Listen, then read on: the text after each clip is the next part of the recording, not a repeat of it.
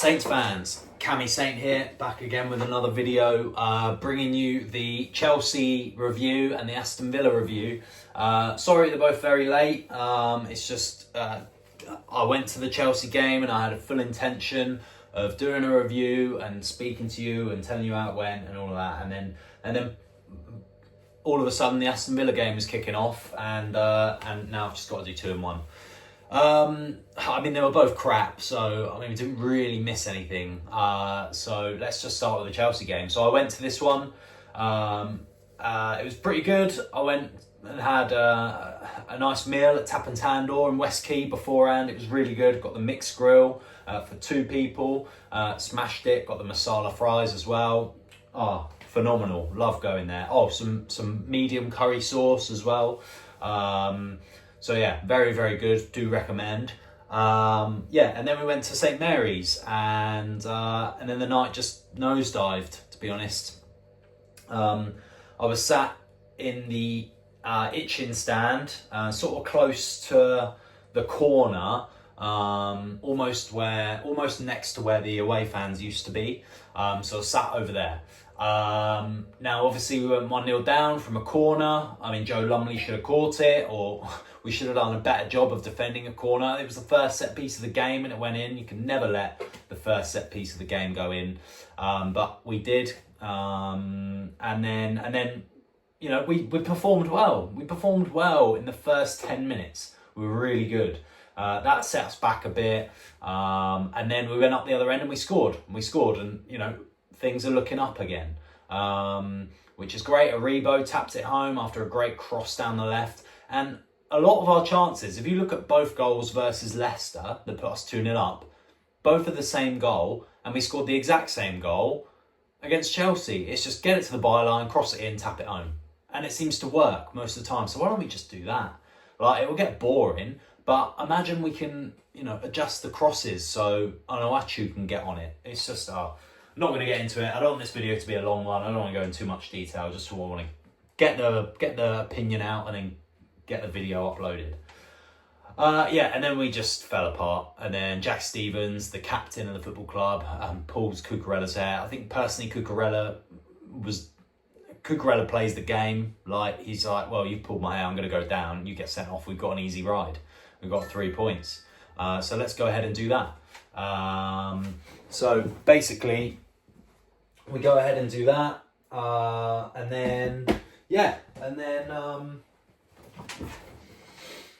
We go ahead, we concede a load of goals, 5-1 the final score. Ultimately, I'm not impressed with the way we just fell apart. I mean, it's all Jack Stevens' fault, really, to be honest. Is what it is. I was expecting a bit more of a fight, and there might have been, but it doesn't really matter, does it? Let's move on to Aston Villa, which is a bit more recent in memory. So Aston Villa were a side that decided to not play their best players. Ollie Watkins was on the bench. They were out of form. Duran obviously started, and we thought, you know what, actually, maybe we can make the most of this. Maybe we can pounce on a weak Aston Villa team and start to get some momentum. No, obviously not the case. If you know anything about Saints, or you've been watching Saints for a while, you'll know that we seem to put our foot on the pedal when we play the bigger teams, and then when we put in a performance really well against the bigger teams, so Liverpool, or Man City, or your Arsenal, teams where we're like, oh, Southampton are pretty good. You know, you pip us to beat the teams around us, but no, we just fall apart. It's happened so frequently. It's part of our DNA now. Like, we'll go in and we'll just about lose against Arsenal after being 2-1 up at one point, and the same with Liverpool, and then City, we keep them at 1-0 and we could have scored. All of this, and then we're like, right, we've got to play Wolves now. They haven't won a game in the Premier League. The defence is absolutely shocking. It's the worst in the league. Southampton might be able to build something here. No, we're go and give them the points because it's Christmas time. It's time for giving, but we go and lose. So yeah, I mean, a couple of seasons ago, I reckon a Southampton team of of days gone, could have beaten that Aston Villa side. But unfortunately, no, we just shoot ourselves in the foot like we do every single time and give up the points that we're working so hard for. It's a shame, but it's just how it is. Am I expecting anything differently? Good question. Am I expecting anything differently? No. Obviously, we've got Spurs on Sunday night, which is the next time we play. And, you know, we'll probably do well. We'll do well. We'll go down fighting in this game. We won't win. I'm not sure we'll get a point. We can't score and we can't concede. We can't score and we always concede goals. So, I don't know. We can't score and we can't defend. So we can't really win or get any points. But Spurs at the moment are a bit knackered. So the best thing we can hope for is a 0-0, but that won't happen.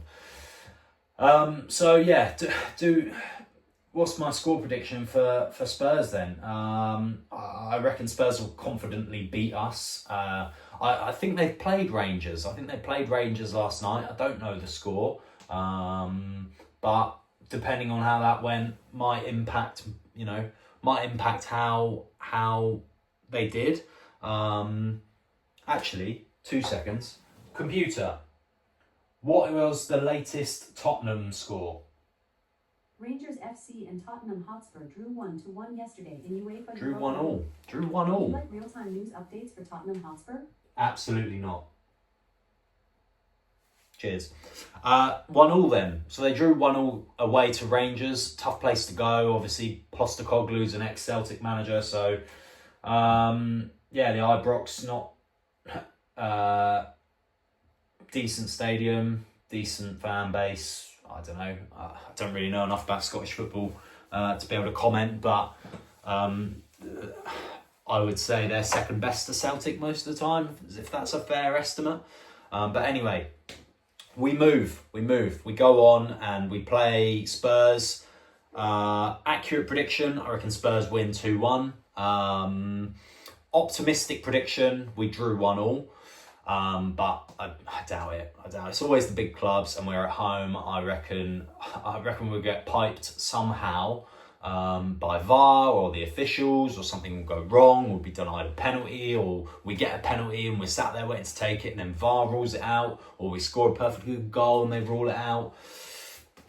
It's just boring to watch now. Like, do I want Martin out? I think sacking him now would be the bad thing, because Christmas time isn't the best time to sack a manager. I think our best chance is line up Potter or line up... I just hate saying those words, man. I hate saying, let's just get Graham Potter. Because it's not... I don't think it works like that. I'm not a football expert. I don't claim to be. I'm just a Saints fan with a Saints opinion.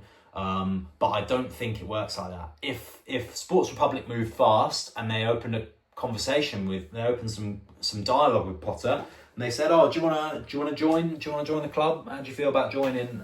If we go down, don't worry, bring us back up, that sort of thing. And he said yes. Then I think they just have to fork out the money and get rid of Martin. But yeah, I don't think they'll do that. I think, according to TalkSport, the board are aware of our frustrations with the playing style and the fact that we just keep shooting ourselves in the foot. And they're fully aware. I'd be shocked if they weren't aware. That obviously they've got money invested in this. Imagine betting on every Saints game, but every time you're betting your income on it. That's essentially how I'm looking at it from Dragon Solak's perspective. Like, he's a majority stakeholder, and he's pumped all millions and millions of pounds into this team, only to see his investment plummet into the red come the end of the season. But unlike the stock market, he's got some directive control over how he loses his money or how he gets his money back. So he's actually got some control over the situation.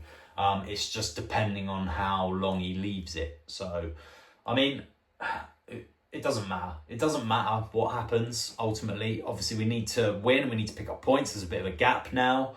So a win on Sunday is the best thing we can hope for. It doesn't get us out of the relegation zone. I'm not sure we'll be out of the relegation zone this season. Don't know. We'll see. See what happens in January. I think January is probably the time where we just have to try our best, and no one's going to want to come here, but it is what it is. So yeah, that's my thoughts. Should we sack Martin? I would love to, if we had someone lined up, just get someone in, start getting results, but I don't think it will happen. So I think we just can't just keep fretting about it for now. So just sort of get on with it, to be honest, and just sort of fingers crossed it comes good. But yeah, that's my thoughts on the Chelsea Aston Villa games and my thoughts on the Spurs game coming up. I'm going to the Liverpool game next Wednesday, so I'll do a review either on the Thursday or the Friday or whenever. Obviously a preview of the next one as well. So I don't know, but yeah. Anyway, I'll if anyone's going to the Liverpool game, leave me a comment and I'll buy you a drink at the fan zone. I don't know, chance to get a decent comment. Let me know your thoughts. Cammy Saint signing off. Cheers everyone. Up Saints. Blah blah blah blah blah.